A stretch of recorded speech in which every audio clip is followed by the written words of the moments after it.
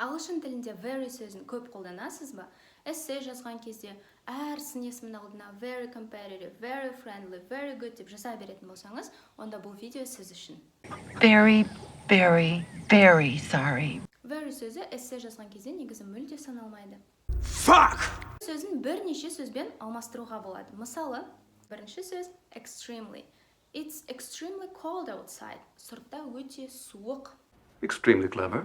Екінші сөз highly. For example, highly competitive.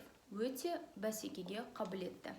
She is highly creative. Үшінші сөз awfully. Тіпті қазақ тілінде де біз негізі өте деп айта бермейміз, иә?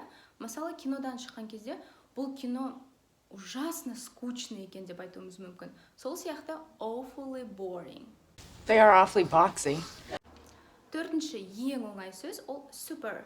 Very-дің орнына super. Super good, super friendly. Oh, you look super young. Бесінші сөз terribly. Көшеде өтіп бара жатқан бір қызды көріп, бұл қыз жаман әдемі екен деп айтқыңыз келсе, онда she's terribly beautiful. Oh, and he's terribly clever. Алтыншы сөз unusually.